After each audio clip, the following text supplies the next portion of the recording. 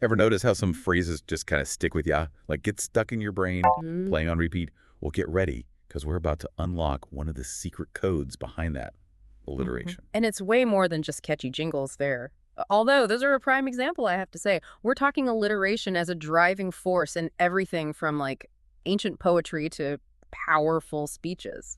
Okay, so for our deep dive today, we're going deep into the world of alliteration with excerpts from, let me see, we've got Wikipedia, Merriam-Webster, Grammarly, oh, and even Oregon State University chiming in. And let me tell you, some of the stuff in these sources is seriously fascinating. Like, we're talking aha moments left and right. Right. So it's more than just words that like start with the same letter, isn't it? Absolutely. It's all about the sound, you see, specifically the repetition of consonant sounds at the beginning of words that are close together. And those sounds create a rhythm, musicality, that our brains are pretty much hardwired to latch onto. Which explains why it's so incredibly effective in branding. I'm serious. Think about Coca-Cola. It's not just a name at this point. It's practically, what's the word, onomatopoeia. Those hard C sounds just hit different. It evokes that feeling of sharpness, right? Like the fizz of the drink itself. Exactly. It creates this almost subconscious connection between the sound and the actual experience, the sensation. Hmm. And it doesn't even have to be like pleasant sounds either. Think about Edgar Allan Poe's The Raven, right? Hmm. Deep into that darkness peering, long I stood there wondering, fearing. Oh, wow. Yeah. The repeated D sounds in those lines, they create this ominous, almost suffocating atmosphere. Man, I never thought about it like that. But it's so true. It's like the alliteration itself is part of the mood, Yeah. contributing to the whole vibe of the piece. It's a powerful tool, no doubt, and poets have been using it, well, for centuries, really. The interesting thing is English as a language is actually particularly well suited for alliteration, more so than many other languages. Really? Yeah, I read that in one of the articles. Something about English emphasizing the first syllable or something like that. It's true. That emphasis on the initial sound, it makes alliteration just stand out even more in English. Think about it. Peter Piper picked a peck. It's almost like unavoidable. Those stressed syllables or all those initial P sounds. So you're saying that the actual structure of our language, of English, kind of encourages alliteration. That's Yeah. wild. And this isn't just a modern thing, right? I mean, didn't like early English poetry rely heavily on alliteration? Absolutely. We're talking way back, like before the Norman Conquest. Yeah. English poetry, it didn't even really use end rhyme the way we think of it now. Alliteration, or what they called, get this, head rhyme, was the primary way to create that sense of rhythm and structure. Head rhyme, huh? It's like this hidden lineage in our language or something. It really is, isn't it? Like this secret thread of sound connecting us back to the way people experienced English way back when. I know. Makes you think about all those classic lines, right? Beowulf, bold in battle. Even if you don't know the story, you just, I don't know, you feel it. The weight, the history behind those words. And that's not by accident. See, here's the thing, right? English might have this huge vocabulary, but it actually makes rhyming kind of tricky compared to some other languages. Hold on, really.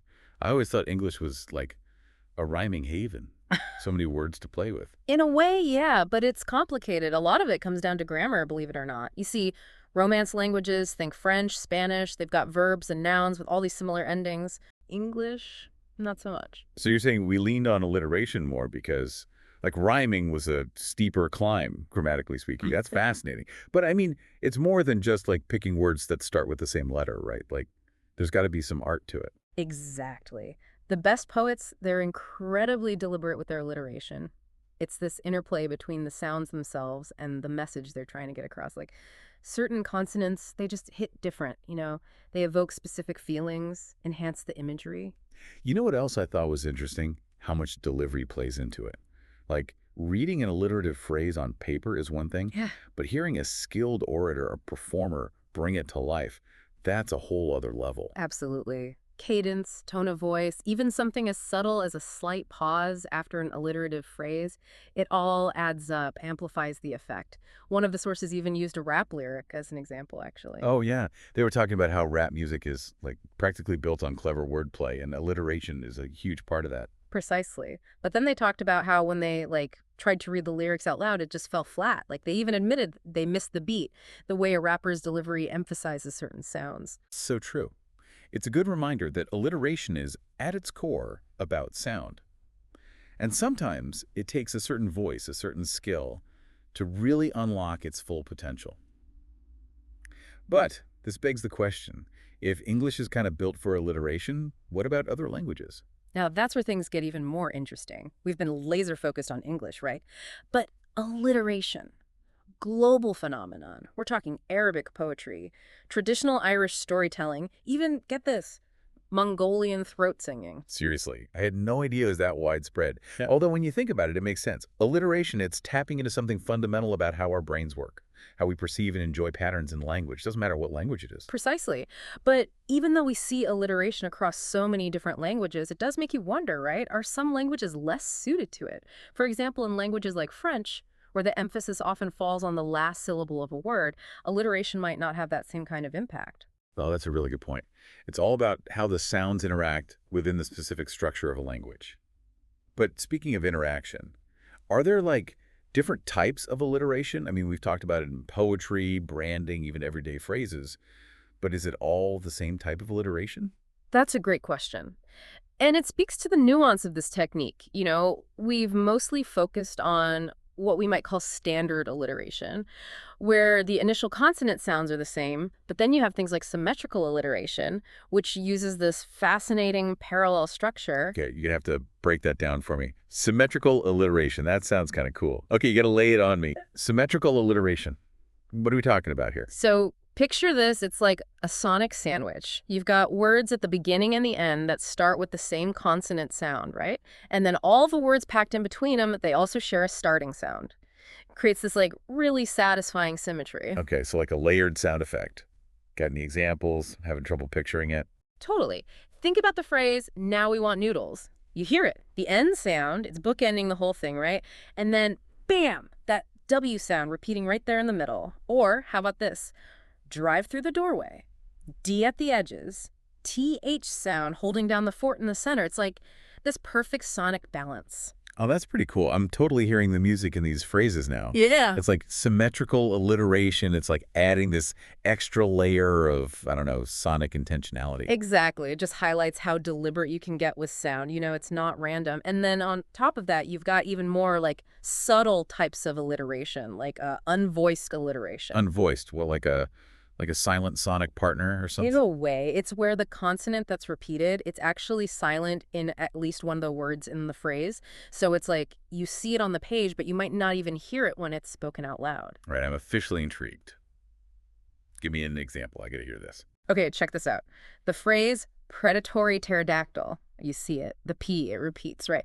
But you don't actually say the P in pterodactyl. It's there in the spelling, contributing to that visual repetition, even though it's like sonically silent. Ooh, that is sneaky. I never would have noticed that if you hadn't pointed it out. It's like a ninja of alliteration or something. Exactly. And it just goes to show, how deeply embedded this concept of alliteration is and how we use language. I mean, you see it all the time.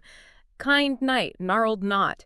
It's subtle, but it adds this whole other layer of texture to the phrase. Man, this deep dive has been a trip. I feel like I came in with like basic alliteration awareness, and now I'm like spotting its little nuances everywhere. Right. It's amazing, isn't it? These seemingly simple concepts, they have all this depth hiding beneath the surface, just waiting to be discovered. For real. Yeah.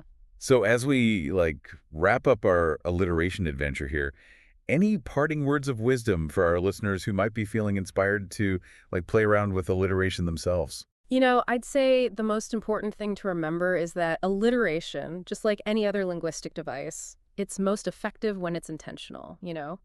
It's not just about finding a bunch of words that start with the same letter and calling it a day. It's about taking a step back and thinking, okay, what am I actually trying to do here? What kind of effect am I going for? What kind of mood do I want to evoke in the reader or the listener, right? So it's about using alliteration as a way to like enhance the meaning, not just to sound fancy or clever. Exactly. Think of it like this. It's another tool in your writer's toolbox, a way to add texture, depth, to make your words really thing. Pay attention to how different sounds make you feel, and then let that guide your choices. That is such great advice. It's like what we've been saying all along. Alliteration, when it's done well, it's this hidden superpower. It can make language so much more memorable, so much more impactful. Absolutely. So to all our listeners out there, I say, go forth and alliterate, but do it with purpose, do it with intention, and most importantly, do it with joy. Love it. And with that, we're going to wrap up our deep dive into the wonderful world of alliteration. Hope you enjoy this exploration as much as we did. Until next time.